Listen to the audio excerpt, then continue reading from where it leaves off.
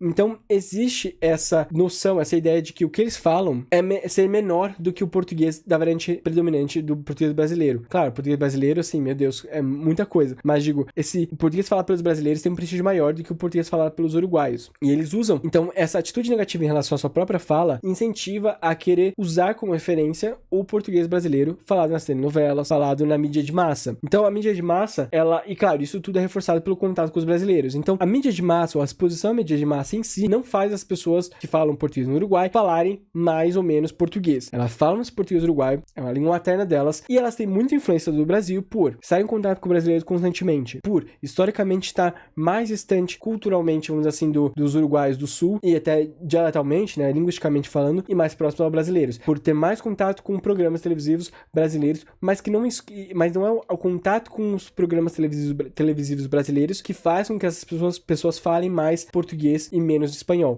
O comentário em questão, o comentário que motivou o começo dessa live, motivou a pesquisa dessa live, tudo isso que nós estamos fazendo aqui hoje, é este aqui, que uma pessoa, a Maria Helena, perguntou se eu podia falar mais sobre o assunto dos dialetos de português uruguaio, né? Ou português uruguaio, como queira chamar. Eu amo esse tema, eu sou muito fã dessa situação linguística na fronteira do Brasil, especificamente. Na fronteira sul aqui, né, com onde o Andrei tá, no Paraná, é próximo ali ao Uruguai, a Misiones, na Argentina, Rivera, Aceguá, que a gente vai falar muito sobre isso hoje, e também falar de uma região que eu ainda não falei, que eu não tinha pesquisado ainda, e foi uma novidade pra mim também, porque normalmente a gente acaba caindo no lugar comum de Rivera, etc, para falar sobre o português uruguaio.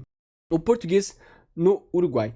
Então, como nós já falamos em alguns outros vídeos, sim, se fala português no Uruguai. E onde se fala, então, o português no Uruguai? Se fala, basicamente, nessa região norte do Uruguai. Então, zona de Artigas, Rivera, Cerro Largo, todas essa região ali, tem alguma zona, principalmente as que estão em contato na fronteira direta com o Brasil, que tem alguma forma de bilinguismo, alguma forma de partilha de linguística. A gente vai entrar mais detalhes qual o nível de compartilhamento de linguística que nós temos nessa região, o que define o português paraguaio, se é um português paraguaio mesmo, se é portunhol, porque o que a gente vê muito por aí nos vídeos é muita gente falando que fala portunhol, não fala português, enfim, vamos falar sobre isso. Eu quero focar com vocês em duas regiões, que é a região de Rivera, que é Rivera, né, como a gente pode ler ali com a pronúncia mais português, que é uma região tipicamente estudada, é a região talvez mais tradicionalmente estudada quando se fala do português ou os dialetos portugueses do Uruguai, mas também vamos comentar sobre essa cidadezinha Aceguá.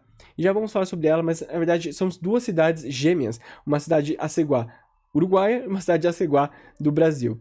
Por que o que nós falamos, o que se fala no Uruguai, na fronteira, não é portunhol e sim português? Antes de tudo, por que nessa zona não é tão hegemônico o espanhol? Ou por que o espanhol não dominou totalmente se o Uruguai é considerado um país monolíngue, ou seja, que só fala uma língua? Toda essa disputa, todo esse celeuma, toda essa complicação linguística se deu pelas disputas territoriais no período colonial entre Espanha e Portugal. Então, como você pode imaginar, além do Uruguai não existir como país até 1828, e antes disso ele fez parte tanto do Império Português por hora, na Cisplatina, região de Cisplatina, depois foi parte do Reino da Plata. Então, assim, ele já foi parte dos dois territórios hispanos e também portugueses. Só que essa região, por exemplo, especificamente no norte do Uruguai, era uma região muito pouco povoada. Poucas pessoas, pouco interesse também de explorar essa região. Então, a língua que se instalou ali foi foi o português, durante o domínio português, e por bom tempo foi a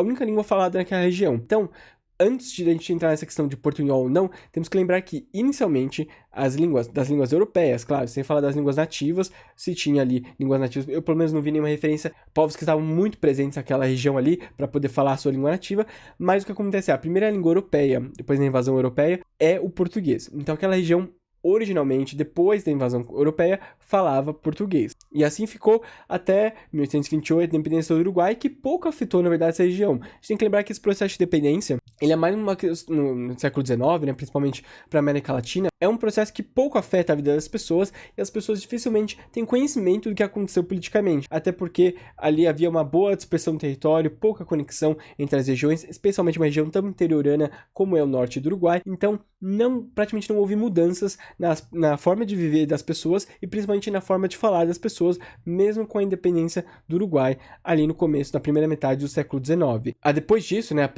depois desse primeiro momento em que pouco mudou, já no final do século XIX ali, começou então algumas políticas um pouco mais intensas para tentar transformar aquela região ou hispanizar, castelhanizar aquela região. Por quê? Veja bem que são nações recém-formadas e passaram por algumas disputas territoriais e também passaram por alguns conflitos que, por exemplo, não se resolveram até hoje. Existe ali uma ilha, eu não lembro o nome dela, se não me engano, é Ilha Brasil, no Rio Paraná, se eu não estou enganado, que ainda, por exemplo, nem tem uma denominação territorial. Claro, pouco importa porque é uma pedaço de terra ali que eu acho que nem é habitado, mas o que é interessante pensar é que algumas disputas de fronteira não foram resolvidas, ainda mais nessas partes interioranas que pouco afeta, vamos dizer assim, a questão política dos países. Então, uma ilha ali no meio do Rio Paraná, saber se é Brasil ou Uruguai, pouco vai afetar a vida política do Brasil, do Uruguai, as relações diplomáticas e até das regiões, das comunidades locais. Até porque nessa região de fronteira, nesse ponto, a gente vai ver que a questão fronteiriça ela é quase inexistente, né? As comunidades vivem muito além das fronteiras políticas traçadas. Nós estamos falando do português falado no Uruguai, né? Que tem algumas características chave, primeiro para classificá-lo como português e não como espanhol, por exemplo, ou uma variedade do espanhol. Para começar que ele mantém muitas características fonológicas e morfossintáticas do português. Apesar da semelhança da gramática do português e do espanhol, o português falado nessa região do Uruguai, ela mantém as características típicas do português, como morfológicas, a gente vai ver fonológicas também. E também, como eu apresentei aqui primeiro para vocês e vou voltar, a questão do code switching. O code switching é quando a pessoa faz a transição de uma língua para outra na fala. Pode ser no meio da fala, pode ser uma palavra no meio da fala, enfim. O que mostra que as pessoas, os falantes dessa região, eles têm sim consciência de quando estão falando o espanhol, castelhano, o uruguaio, e quando estão falando o português. Então, a gente tem um exemplo aqui, tá uma imagem ruim, mas para vocês entenderem, dá para saber, ó. O computer está funcionando muito bem. Isso aqui é um clássico exemplo de code switching. Pode ser uma palavra ou pode ser uma frase completa, por exemplo. Hoje é um dia lindo. It's a sunny day. Eu amo dias assim. Aqui com o inglês parece um pouco, você soa um pouco até arrogante, pedante, ou até aquelas pessoas chatas de São Paulo, né, que nós conhecemos, o meme e tal. Mas enfim, é só para indicar para vocês como seria, por exemplo, a situação do code switching. E para essas pessoas da fronteira, existe o code switching, o que indica pra gente que sim, existe essa diferença entre consciente até de quando eles estão falando castelhano e quando eles estão falando o português do Uruguai, que é diferente. E, aliás, uma das características do português uruguaio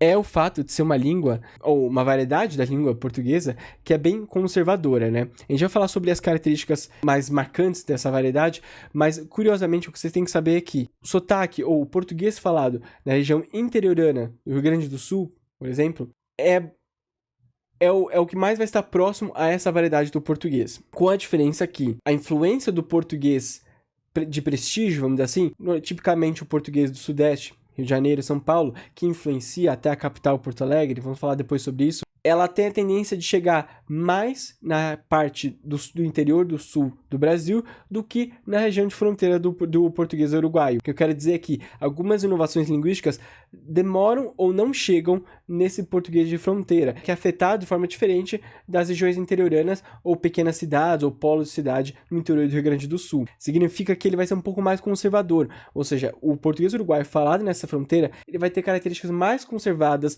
dessa região interiorana do Rio Grande do Sul, em comparação a outras cidades um pouco mais próximas da capital, que sofrem um pouco mais de influência do português falado de forma geral no Brasil, influenciado pela televisão, a gente vai falar do papel da televisão, pelas mídias e também pela própria transferência de inovações linguísticas que acontece na interação face a face entre as pessoas de um país, tá? Eu coloquei aqui para vocês, não os nomes técnicos das características, mas os fenômenos que acontecem. É isso que a apresentação vai ajudar agora a gente quer entender de forma mais gráfica e visual essas diferenças. Então, uma das características, por exemplo, que é preservada do português interiorano do Rio Grande do Sul, que é preservado no português uruguaio, desanalisação, a falta de nasalização da sílaba final átona. Então, por exemplo, a palavra homem, que tem a nasalização final, homem, essa nasalização, em muitos contextos ela é desanalisada, ou seja, ela perde a nasalização. Então ela fica homem, ome. Muitas vezes é reduzido até para i, né? Quanto a elevação da vogal, mas a gente vai ver que a elevação da vogal não acontece no português paraguaio, uruguaio, desculpa. Assim como não acontece também em boa parte das regiões interioranas do Rio Grande do Sul. Então, uma das características é essa desanalização dessa vogal. Eu não sei se a palavra fica boa em português, né? Em inglês fica melhor, mas a falta, a perda da nasalização da sílaba final em palavras como homem, por exemplo, homem. Outra característica, a palatal lateral, que nós conhecemos como LH, né? Ou representada graficamente como LH. Então, esse malha, trabalha, ela existe também, que não existe no espanhol. Veja bem, no castelhano padrão, não encontramos esse som, esse fonema no castelhano padrão, uruguaio, por exemplo. Então, malha é um exemplo de uma palavra que poderia ser pronunciada com esse som. O E final não elevado, nós falamos. Então, leite quente aqui está representado com um circunflexo, não pela sílaba ser forte, mas só para indicar que ele é aberto, né? Aberto, que ele é fechado, no caso, com um circunflexo, mas que ele é pronunciado tal e qual a letra representada graficamente, porque nós temos a tendência, no português falado no Sudeste e em muitas partes do Brasil, a reduzir, a elevar essa vogal para i. Então, ao invés de falar leite, eu falo leite ou quente, né, em vez de leite e quente. Essa característica que é típica, por exemplo, das regiões interioranas do Rio Grande do Sul, se mantém também no português uruguaio. Então, não fala leite quente. Já vamos falar sobre a palatalização, que é um caso especial, mas não agora. Outra característica típica dessa região do Brasil e também se manifesta na região fronteiriça com o Uruguai é o R que eles chamam de trill, né? Que é um R feito aqui nos dentes, que ele faz esse tap várias vezes, né? Ou seja, vários tapzinhos que fica assim, ó. Trrr, trrr. Como o Faustão diz, por exemplo, errou. Por isso que eu pus esse exemplo aqui. Tinha um certo prestígio, até mesmo nas regiões do Sudeste, por exemplo, no Rio de Janeiro, em São Paulo, em contextos de radialização, pessoas da televisão, tinha um certo prestígio falar com esse tipo de R, que em oposição ao R mais uvular que nós temos em boa parte do Brasil, que é, por exemplo, errou, que é quase um sopro rasgado na garganta, aqui na região uvular. Então, lá se preserva essa característica errou, né? Então, rato que está presente no castelhano. E alguém pode falar que tem a ver com o castelhano, mas, na verdade, na região interiorana do Rio Grande do Sul já tem essa característica. Então, na verdade, é muito mais, talvez, uma conservação de um contínuo linguístico entre o Brasil para o norte do Uruguai do que necessariamente uma influência direta do castelhano. A gente já vai ver por quê. E outra característica é essa L alveolar pós-vocálica, né? Então, sol, em vez de falar como U, como nós falamos, em boa parte do Rio Grande do Sul, mais interiorano, tem a tendência de falar sol, esse L um pouco mais alveolar, sol, né? Como também acontece no castelhano, mas aí é só uma coincidência, porque, como eu disse, é mais um contínuo da região do Brasil em relação ao norte do Uruguai do que uma coisa do sul do Uruguai, Montevidéu ali, subindo para o norte do Uruguai. E uma coisa que também as pessoas às vezes confundem com portunhol, ou acabam chamando de portunhol por conta desse fenômeno, são muitos empréstimos do espanhol. Mas vejam bem, eu digo empréstimo lexical, de palavras. Isso não quer dizer necessariamente isso não caracteriza essa forma de falar como um portunhol, por várias outras coisas que eu já falei agora, manter o mesmo sistema fonológico, o mesmo sistema morfossintático. E, além disso, os empréstimos linguísticos têm muito mais a ver com uma língua dominante nos espaços públicos, nos espaços formais do Uruguai, do que necessariamente uma escolha de uma coisa intralinguística, ou seja, tem mais a ver com fenômenos extralinguísticos do que intralinguísticos. É como, por exemplo, a evolução da língua ou das tecnologias, da forma de viver, que empurra ou que faz com que nós adotemos palavras que vêm do inglês, por exemplo, palavras como clicar, palavras como deletar, enfim, coisas que vêm do inglês que nós adotamos para o nosso vocabulário e são adaptadas à nossa forma de falar, não necessariamente significam que nós estamos falando uma mistura de português, espanhol e inglês, entende? Da mesma forma que muitas palavras são usadas ou palavras são emprestadas do espanhol, por quê? Para a vida pública, essas pessoas, não em ambiente familiar, não em ambiente interno, de amigos, em círculos mais próximos, a língua de comunicação é o castelhano. Falando bem ou não, falando bem quer dizer assim, tendo influência, tendo domínio do espanhol, do castelhano ou não, essas pessoas, para se comunicar de forma oficial com o governo, em veículos, instituições do governo, elas precisam usar um pouco do vocabulário do espanhol. Então isso vai acontecer como acontece em qualquer lugar onde há diglossia de línguas, né? Ou seja, um bilinguismo em que há um favorecimento de uma língua em detrimento da outra, porque isso sempre acontece, né? Nós sempre temos uma língua mais dominante em situações de bilinguismo, praticamente sempre, né? Então vai acontecer o empréstimo típico, comum, assim, um comum empréstimo das palavras do espanhol, mas tem pouco a ver com a ideia de portunhol e mais a ideia de usar palavras que no contexto nacional do Uruguai fazem mais sentido para comunicação fora dali da região, fora dos ambientes íntimos, né, familiares e com amigos também.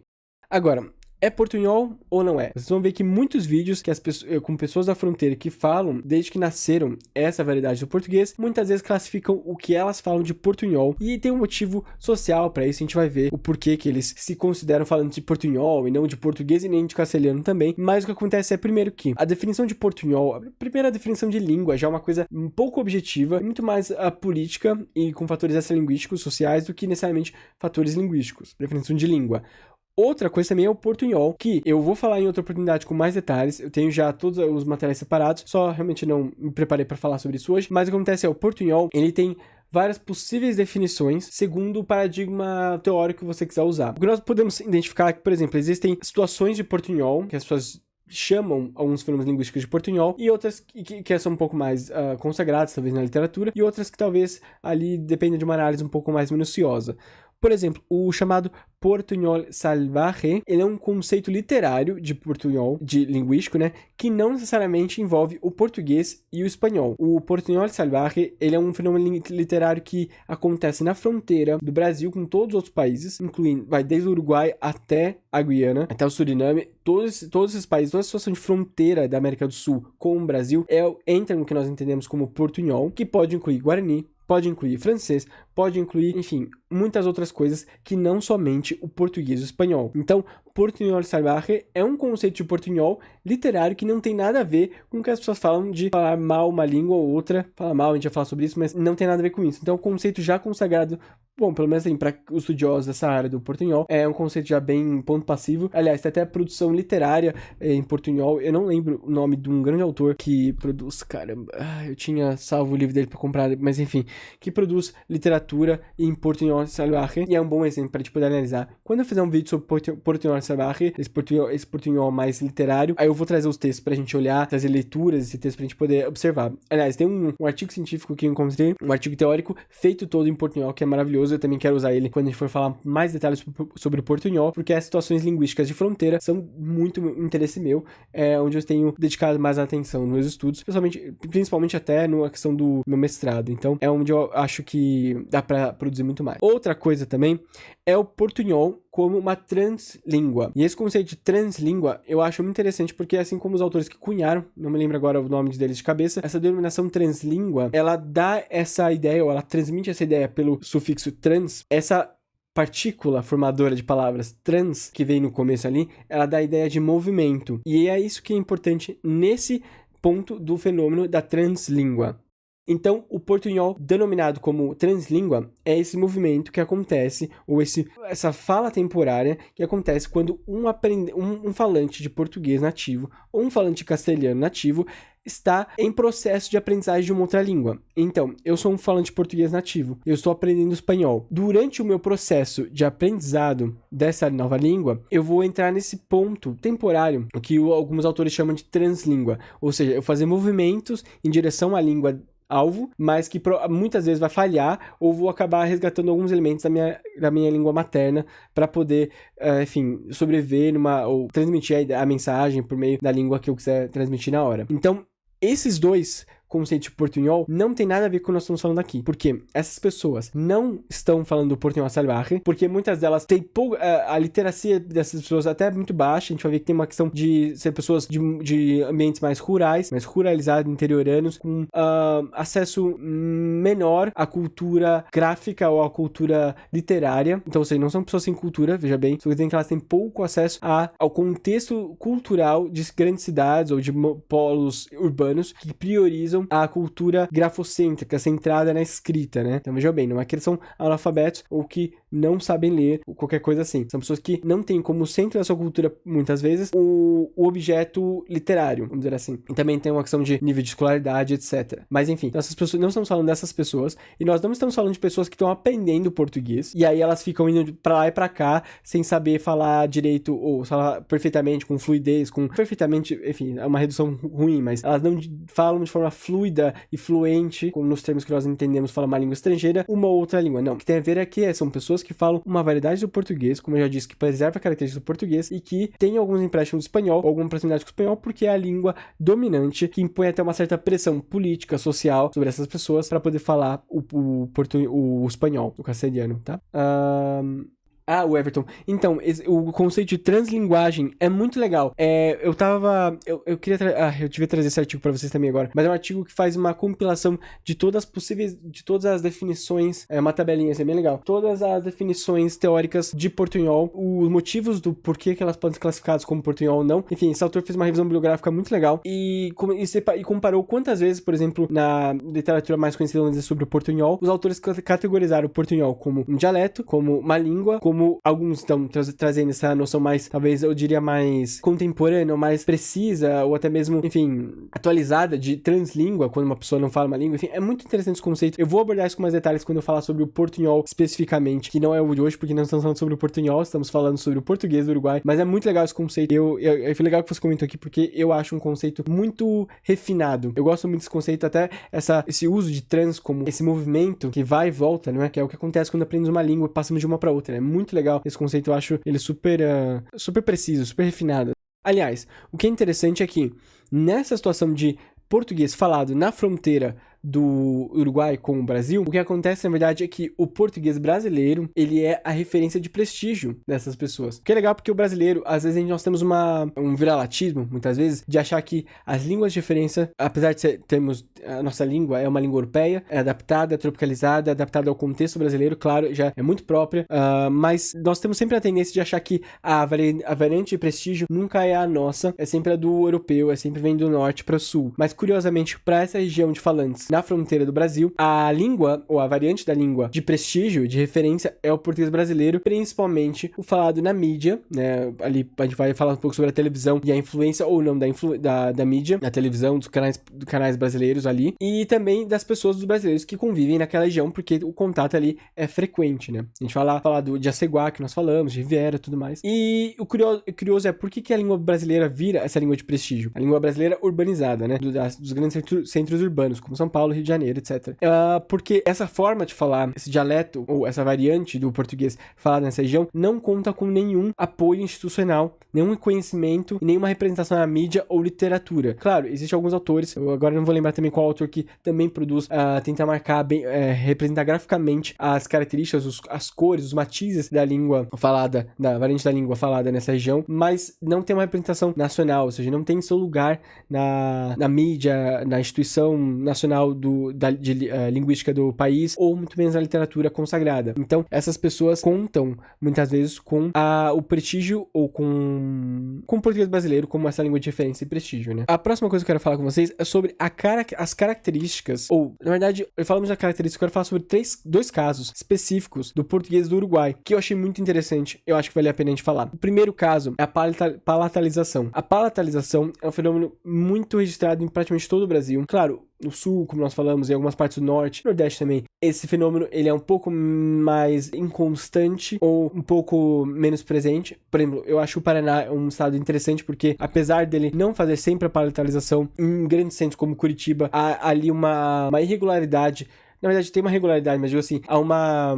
Caramba, esqueci a palavra. É disputa, não é disputa. Enfim, está em processo de mudança ou de consolidação para um lado para o outro do fenômeno da palatalização. A palatalização, como vocês podem ver, eu tentei representar aqui, que é essa forma de falar o D e o T quando sucedido de I, como di. Então seria o ti, né? Seria então a palavra dia, esse D sem palatalizar, e ele depalatalizado, dia. Dia, representado aqui pelo DJ, para graficamente tentar representar o que a gente tá falando aqui. E o TI, tia. Tia. Lembrando que quando o E sofre a elevação, por exemplo, palavras como mente, esse E final, ele vai sofrer uma elevação, ele vai virar uma I, e aí quando virar um I, ele vai estar num contexto favorável para palatalização. Então, mente e não mente ou mentir, né? Então, esses fenômenos que não são tão comuns na região interiorana, por exemplo, no Rio Grande do Sul, eles também vão estar presentes não de forma tão regular no português uruguaio. Então, palatalização, ela tá em expansão no Brasil. Então, esse fenômeno da palatalização, ele tá caminhando talvez para uma generalização. Porto Alegre é um exemplo disso. Porto Alegre é uma região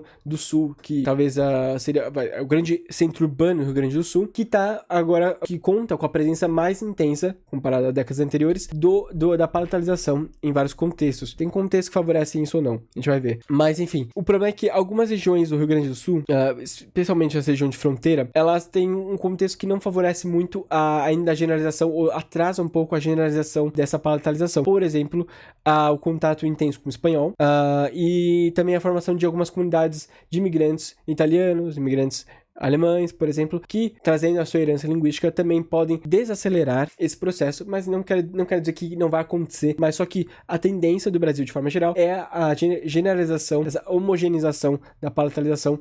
Tendência, não quer dizer que vai acontecer, tá? E a gente pode ver no Sul, por exemplo, no Porto Alegre, como um exemplo urbano, centro urbano que conta a maior influência de outras partes do país, que tá aí com um aumento, assim, de casos de palatalização, segundo as pesquisas mais recentes, né? Mas ainda assim, por mais que a palatalização tenha ganhado força, ou esteja começando a se espalhar no interior do Rio Grande do Sul e também na região de fronteira do Uruguai, ela ainda não é a predominante. A forma predominante de vocalização do D e do T ainda é essa dental, essa forma dental que é tia, dia, que ainda é a predominante. Mas existem contextos em que é favorecida essa palatalização. Então, dê uma olhada nessa tabelinha aqui de uma pesquisa, algumas pesquisas que eu tô usando de referência. A maior parte delas, acho que os 2 artigos que eu tô usando são da pesquisadora Ana Carvalho. Essa pesquisadora, ela é responsável pelo documentário, pela elaboração, direção, junto com outras pessoas também, do documentário Voces de Fronteira, ou Vozes de Fronteira, da Fronteira. Não lembro agora o nome, mas depois a gente pode procurar essa referência certinho. Eu ia até reagir a um trecho desse documentário para poder usar como exemplo, mas eu achei que ia ficar já tá um pouco longo, já tem bastante coisa aqui pra falar, então eu acabei deixando pra lá. Mas esse documentário eu ainda não achei ele completo, eu acho que ele não foi concluído, mas ele tem um trechinho de 15 minutos no YouTube, vocês podem procurar depois. Acho que é Vozes da Fronteira, Vozes de Fronteira, eu não sei se é Voces ou Vozes, não lembro agora se tá em português ou lembro se tá mais próximo do português ou do espanhol, enfim. Mas essa pesquisadora, então, ela e outros pesquisadores que fazem essa pesquisa em pequenas cidades, fronteiriças, muitas vezes essas pesquisas são feitas com poucas pessoas, tá? Grupos que a gente tem aqui, por exemplo, a gente vai falar sobre o caso de Agente, acaba sendo grupos de 60 pessoas, 38, 37 pessoas, são grupos pequenos realmente dessas pesquisas. Não sei, não lembro de ter visto um motivo de ser grupos tão pequenos. Vamos ter que lembrar que esses municípios são municípios pequenos, estamos falando ali de menos de 10 mil pessoas no município, aliás, muito menos que isso. Então, essas pesquisas, bom, todas elas colocam ali seus métodos, colocam ali a metodologia, mas normalmente são números pequenos de falantes entrevistados, tá? Tenham isso em mente. Nada disso é extremamente conclusivo.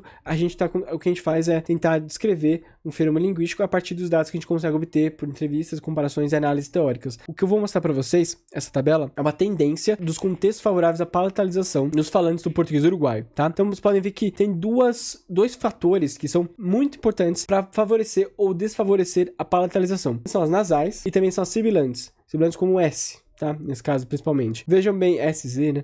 Vejam bem a palavra nasal, que é a nasalização, por exemplo, tinha. 39% das pessoas que foram entrevistadas nasalizaram, né? Nesse contexto de palatalizaram nos contextos de nasalização. Significa que ele tem um fator de peso ali, vocês podem ver ali, 0,63, que é o cálculo que eles fizeram. Significa que a nasalização é um contexto que no português uruguaio, no brasileiro também, se eu não me engano, favorece, que é já mais generalizado. Então, dificilmente vai ter uma variação muito grande em zonas que já tem a palatalização de forma generalizada, homogeneizado, como por exemplo São Paulo. Enfim, então a nasalização, como na palavra tinha, ela favorece a palatalização do T, nesse caso. Já contextos que desfavorecem essa nasalização são os contextos em que há sibilantes, a S, Z, por exemplo. Os casos de palatalização foram em torno de 9%, em palavras como distante. Então, a palavra distante vai provavelmente ter pouca palatalização comparada aos contextos que a nasalização como tinha. Então, ainda assim, mesmo quando há palatalização, são poucos os casos. Eu não lembro agora exatamente a porcentagem, mas assim, é coisa de menos de 40% vai fazer na palatalização, comparado, por exemplo, a outros contextos como Porto Alegre, que vai ter 70% de palatalização. Então, um dos fenômenos estudados nesse português uruguaio, que tem semelhança com o português brasileiro, é essa palatalização, que está em expansão no Brasil e aparentemente chega na região fronteiriça, mas ainda com muita dificuldade em comparação aos centros urbanos do próprio Rio Grande do Sul, como por exemplo Porto Alegre. Isso acontece com mais força no território brasileiro, com menos força na região de fronteira, onde se fala o português uruguaio. Outra questão sobre essa palatalização é que ela acontece muitas vezes no contexto em que os falantes, como eu disse, o português brasileiro, ele é a língua de referência de prestígio para essas pessoas de fronteira que falam português uruguaio. Quando há uma tentativa intencional de aproximação da forma de falar dos brasileiros, seja por estilo, seja por empatia com o interlocutor, há uma tendência de palatalizar mais. Então a palatalização, ela acontece tendencialmente mais em contexto de contato linguístico com os brasileiros, ou quando há, por exemplo, como nós falamos, uma tentativa de, por entender como uma variante de prestígio o português brasileiro, uma aproximação dessa forma de falar nossa. Enfim, e os casos de favorecimento ou desfavorecimento da palatalização, tá? Próximo caso de estudo que eu acho legal pra gente trabalhar, que é o caso de agente. Isso é muito legal. Isso, assim, é um dos casos, pra mim, mais interessantes do português uruguaio, porque isso é um caso muito tipicamente brasileiro. Claro, agente, quando ele está... quando ele passa dessa função lexical para uma gramaticalização dessa expressão como um pronome de primeira pessoa, né? Ou equivalente à primeira pessoa, nós. Então, a expressão lexical agente, por exemplo, agente de Sorocaba, agente de Campinas, enfim, isso é uma situação em que agente é uma expressão lexical normal. Só que ela passa no português brasileiro, assim, isso praticamente, assim, em todo o território brasileiro, ela é uma coisa bem constante, ela passa por um processo de gramaticalização e passa a funcionar como um pronome, assim como acontece com o nós. E esse agente, no Brasil, ele tá presente desde o século XVIII, assim, que a gente tem registro. Então, desde o século XVIII, já tem registro dessa forma de falar no português brasileiro. E em Portugal, existe em algumas regiões, talvez no norte, ali, interior, mas ela é estigmatizada, para começar. Então, ela não tem contexto de favorecimento, porque é uma fala que não se vê com bons olhos, vamos dizer assim, diferente do Brasil, que apesar de em contexto de formalidade, as pessoas tentarem evitar para trazer um pouco mais de transformar sua fala um pouco mais culta, ela não sofre um estigma. Ninguém falando a gente sofre algum tipo de ostracismo social, vamos dizer assim, ou de discriminação linguística. Aliás, ela é muito presente, tão presente que as pessoas pouco notam essa gramaticalização do termo agente. Notam quando há uma divergência, enfim, uma variação da conjugação verbal, já vamos falar sobre isso. Mas o que importa é, se isso no Brasil está presente desde o século XVIII, o que acontece é que no Uruguai, na década de 80, nos registros, nos estudos do português uruguaio falado na década de 80, por exemplo, não se constava esse registro do agente como uma forma gramaticalizada na fala das pessoas. E hoje, vamos ver que sim. Mas antes disso, vamos voltar agora para o Uruguai, mas vamos sair de Rivera, que é tipicamente a região mais analisada, mais estudada do português uruguaio, e ir para a região de Aceguá, porque essa pesquisadora que eu citei para vocês, que é responsável pelo documentário, etc., Ana Maria Carvalho, se não me engano, ela estudou na Universidade do Arizona, enfim, ela publica muitos artigos em inglês, pela Cambridge, enfim. Eu acho que ela teve uma formação em algum instituto de cultura e língua latina nos Estados Unidos, se não me engano, mas enfim. Ela faz uma análise do caso de agente em Aceguá, que é essa cidade que eu falei pra vocês que são cidades gêmeas, né? Eu queria até pegar aqui pra vocês exatamente o nome, os distritos. Então nós temos Aceguá brasileira, nós chamamos essa região de a comunidade Aceguá, né? Ou de Aceguá, que tem a parte brasileira, que são duas cidades gêmeas, né? Aceguá, que tem 5 mil habitantes, que é brasileira, que pertence ao Rio Grande do Sul, e a Aceguá, do departamento de Cerro Largo, no Uruguai, que tem uma população de 1.500 pessoas. Então a brasileira é maior, mas são cidades irmãs, assim, são tão irmãs que não há fronteira clara entre essas cidades. É basicamente uma praça que fala assim, ok, aqui pra lá você tá falando de Uruguai. E como eu disse pra vocês, também não tem controle alfandegário, não tem controle de nada. Muitas pessoas trabalham pra um lado, vão pra um lado e voltam, como, assim, se tivesse, sei lá, de um bairro pro outro, dentro de uma cidade. E como eu falei pra vocês, essas regiões de fronteira, elas vivem um contínuo linguístico ali, um contínuo linguístico cultural, que pouco é afetado pela questão fronteiriça política. Até porque pouco chega esse controle político oficial, institucional, nessas regiões, até porque não tem interesse nenhum, porque essas regiões, como eu disse, são muito pequenas. Então, a Aceguá do Uruguai, de 1.500 pessoas, está muito integrada a outra Aceguá de 5 mil pessoas, formando essa comunidade ali de 6.500 pessoas, que pouco é impactada pela questão de uma divisão fronteiriça política entre os dois países, né? Então não há uma divisão formal entre essas duas cidades gêmeas. O que é legal desse fenômeno do agente e nós, não há estigma dessa expressão, dessa gramaticalização da expressão lexical agente no Brasil, uma vírgula, né? Com um certo adendo. Se há, por exemplo, uma variação na conjugação dessa forma pronominalizada, vamos dizer assim, ou seja, se eu digo a gente não concordo, eu não faço conjugação com a terceira pessoa do singular, então a gente é, e eu coloco ali a conjugação da ideia de primeira pessoa do plural, a gente somos, por exemplo, aí já há um estigma na fala do brasileiro. Então, a gente não tem estigma ou não tem discriminação linguística ou não sofre discriminação linguística nos contextos em que ela é conjugada segundo o esperado, a expectativa de acordo com a pessoa, enfim, a pessoa do discurso a que ela se refere. Então, se a gente é pronunciado como é conjugado com a terceira pessoa do singular, a gente vai, a gente fica, a gente coloca, não parece haver problemas de discriminação linguística. Já se a gente faz uma mistura, uma variação, e o português brasileiro é instável nesse sentido, ele ainda permite essa variação, claro, com uma tendência maior em camadas sociais que tem pouco estudo formal e menor nas camadas que tem mais estudo formal, mais educada no sentido formal, não educada de modos, tá? Então essa variação da conjugação, ela existe quando ela é feita, por exemplo, nós faz, nós, ou a gente somos, a gente comemos, por exemplo, aí ela já começa a sofrer algum estigma. Aliás, esse comemos, que eu disse que eu fiz a omissão ali da sílaba antefinal, do S final, no verbo, é muito comum. Eu vou mostrar alguns exemplos aqui das transcrições de entrevistas no português uruguai também, que é uma coisa típica, talvez, de lugares do Brasil também, mas com menos acesso à educação, por exemplo. Mas na fala do paulista, isso aqui acontece o tempo todo, eu faço o tempo todo, e, enfim, meu nível de educação não é abaixo do esperado numa parte urbanizada, né? Então, enfim, variações, né? Mas o que é importante não é isso. O que é importante é que isso é um trecho que eu retirei do artigo que faz a transcrição de algumas de entrevistas com pessoas que falam português uruguaio.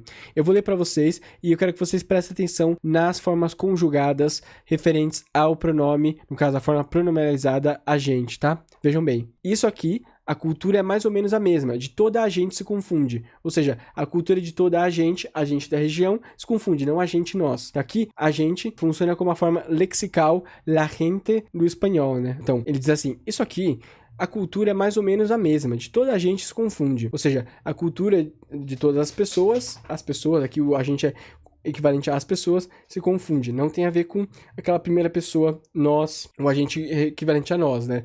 Que aqui seria o caso de usar igual no espanhol, la gente. Então eu posso falar, la gente uruguai somos, se eu sou do Uruguai também estou falando, la gente uruguai somos. E esse la gente, ele não vai ser a gente como primeira pessoa, mas realmente é um fenômeno que acontece no espanhol, no castelhano, que é usar a terceira pessoa quando ela se refere a vocês, depois conjugar na primeira pessoa, mas não tem a ver com a gente em outros contextos, não se usa a gente igual no português brasileiro. E aí ele diz aqui, ó, para nós, não notamos. Opa, aí já vemos aqui a marcação da conjugação da primeira pessoa, né? Ou seja, nós não notamos, nós não notamos. Não tá marcado ali, não tá explícito na frase, mas a conjugação já mostra a diferença entre a gente se confunde como as pessoas e nós, primeira pessoa. Seguimos a fala. Vocês que vêm de longe podem notar a diferença, mas para nós, a gente criou um dialeto para falar. A gente fala portunhol, não fala nem espanhol e nem português. Mas vejam aqui, por exemplo, há uma variação bem possível no português brasileiro também, ou bem parecido com o português brasileiro, que é essa inconsistência não, mas essa variação entre o nós, primeira pessoa do singular, pessoa do discurso ali,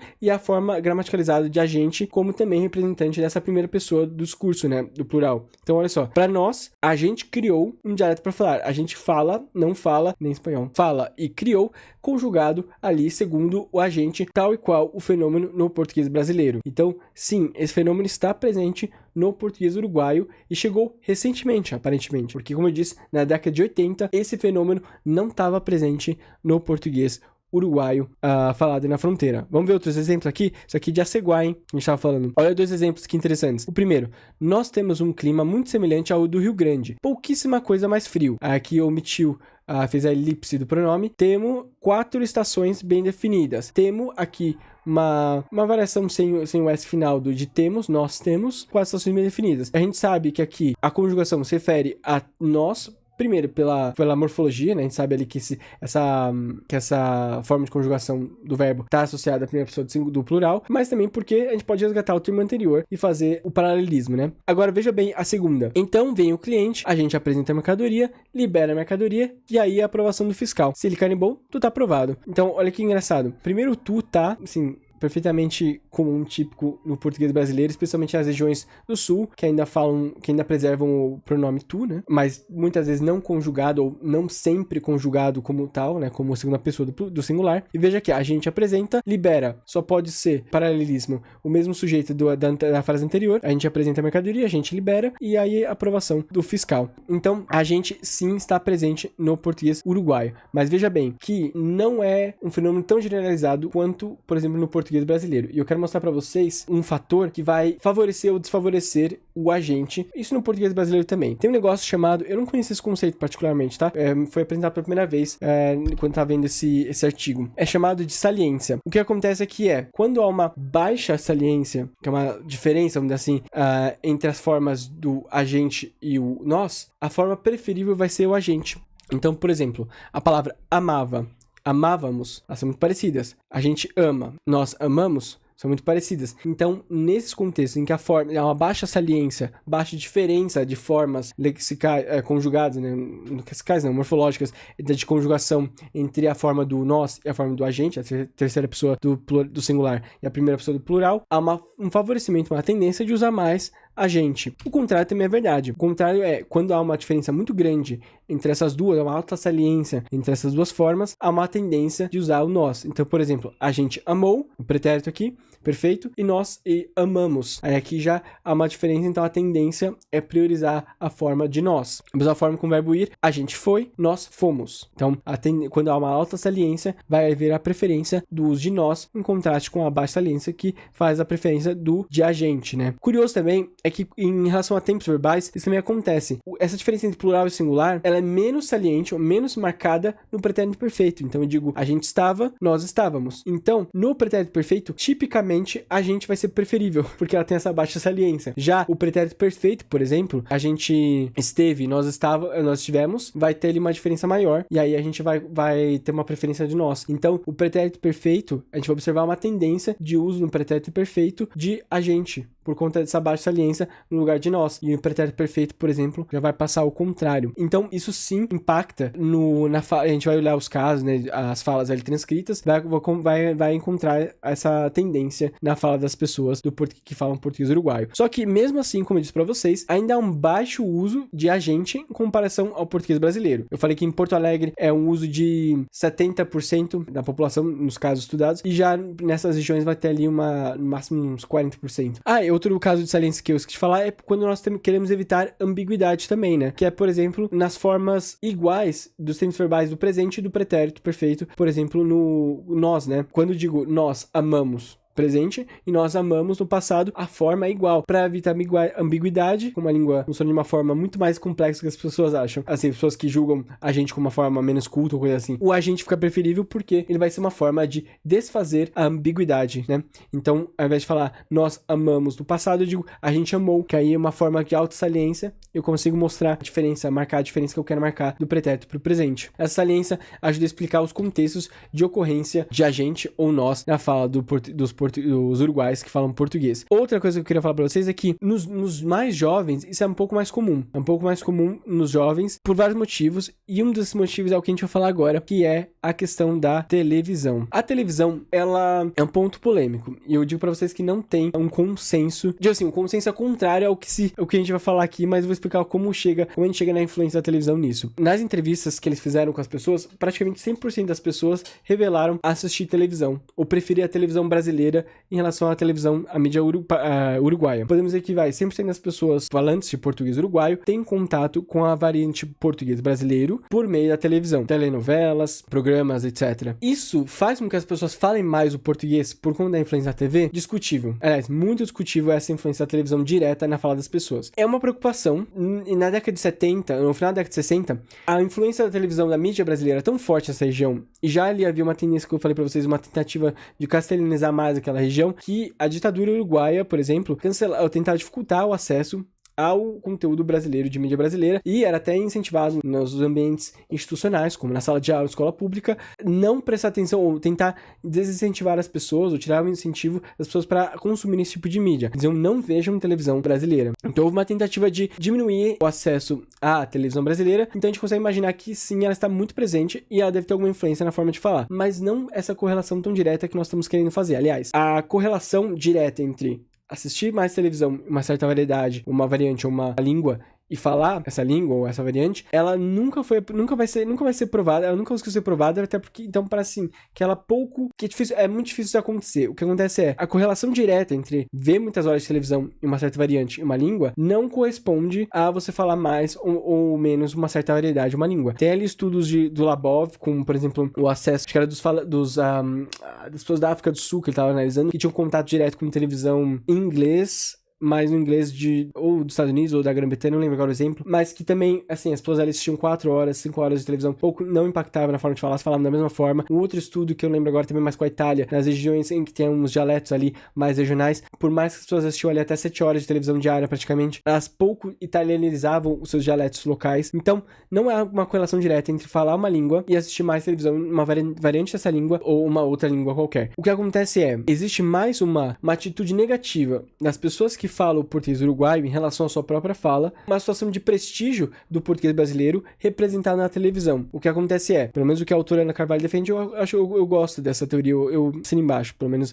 eu acho que faz sentido. Que, apesar de não haver uma correlação direta, o que existe sim é uma motivação das pessoas que escrevem, que falam esse português para uruguaio, de se aproximar do português falado pelo brasileiro. E eles falam, tem várias falas nas entrevistas, nas transcrições no artigo, que quem fala o português bem são os brasileiros, ou quando encontram com pessoas que falam português, são brasileiros, falam português como um brasileiro fala, dizem, eles falam o português bem, eles falam o real, o verdadeiro português, né? Então, existe essa noção, essa ideia de que o que eles falam é ser menor do que o português da variante predominante do português brasileiro. Claro, o português brasileiro, assim, meu Deus, é muita coisa. Mas digo, o português falado pelos brasileiros tem um prestígio maior do que o português falado pelos uruguaios. E eles usam, então, essa atitude negativa em relação à sua própria fala incentiva a querer usar como referência o português brasileiro falado nas telenovelas, falado na mídia de massa. Então, a mídia de massa, e claro, isso tudo é reforçado pelo contato com os brasileiros. Então, a mídia de massa, ou a exposição à mídia de massa em si, não faz as pessoas que falam português no Uruguai falarem mais ou menos português. Elas falam esse português uruguaio, é uma língua materna delas, e elas têm muita influência do Brasil por estar em contato com o brasileiro constantemente, por historicamente estar mais distante culturalmente, vamos dizer assim, dos uruguaios do sul, e até dialetalmente, né, linguisticamente falando, e mais próximo aos brasileiros, por ter mais contato com programas televisivos brasileiros, mas não é o contato com os programas televisivos brasileiros que faz com que essas pessoas falem mais português e menos espanhol. Até porque, em Rivera, por exemplo, as classes altas que usam o castelhano, que difundem o castelhano, elas não passam esse castelhano num sistema top-down para as classes mais baixas, até porque elas não convivem. Então, as classes altas ou média altas dessas regiões, elas migram para Montevidéu, elas têm muito mais contato em instituições oficiais do governo que falam castelhano, que usam castelhano, e pouco interagem ou pouco têm contato a ponto de influenciar, vamos dizer assim, essas comunidades do interior do norte do Uruguai. Então, as comunidades mais ruralizadas e distantes dos centros urbanos, apesar de haver um aumento da urbanização, uma diminuição da ruralização, as pessoas que mantêm o português como língua materna não falam nos espaços em que elas estão em contato com essas classes altas. Elas usam a segunda língua delas, que é o espanhol, castelhano, uruguaio. A língua do português é influenciada mais pela comunidade que fala entre si, no ambiente familiar e de amigos, e que tem a sua convivência até com a presença de programas televisivos brasileiros, contato direto com os brasileiros, do que necessariamente uma castelhanização dessa sua fala. A questão da televisão brasileira, ela é menos a razão do porquê eles falam português, mais um reforço da norma ou da referência linguística que as pessoas que falam português uruguaio têm como, vamos dizer assim, objetivo ideal de língua. Nós podemos concluir dizendo que o português brasileiro é a referência de prestígio dessas comunidades. A televisão brasileira é mais uma consequência da sua língua materna e da sua relação, da sua atitude negativa, a sua própria forma de falar, e a atitude positiva em relação à forma de falar dos brasileiros, do que necessariamente o motivo do porquê essas pessoas falarem mais ou menos português. Até que as formas inovadoras da língua, as inovações linguísticas, elas podem ser transmitidas pela televisão, mas não diretamente, ou seja, não é a pessoa assistindo televisão que ela começa a usar, ela acontece no contato tete a tete, no contato face a face, interagindo com as pessoas uma com a outra, e essa interação direta entre as pessoas difunde as inovações linguísticas, contato com o brasileiro reforça isso, e se essa inovação linguística apresentada pela televisão for feita na comunidade, aí sim a gente pode falar de uma implementação de algumas inovações linguísticas do Brasil nessa comunidade, mas não por assistir, elas automaticamente assimilam, adotam essas inovações linguísticas, por exemplo, como o agente, etc. E é esse, então, o fim da nossa longa conversa sobre mais um capítulo sobre o português uruguaio. E aí vocês podem deixar dúvidas, comentários sobre tudo que foi exposto aqui. Hoje era essa a ideia para falar sobre o português uruguaio. Eu vou deixar nas referências do vídeo os artigos que eu usei para fazer essa live. Aí vocês podem ver, tá em inglês, os dois estão em inglês, se não me engano. Porque, como eu disse, elas foram publicadas em revistas em lugares, universidades que falam inglês dos Estados Unidos. Então, muito obrigado a todos. Não se esqueçam de curtir, de comentar, se inscrever no canal. A gente se vê no próximo vídeo ou na próxima live. Muito obrigado e até a próxima.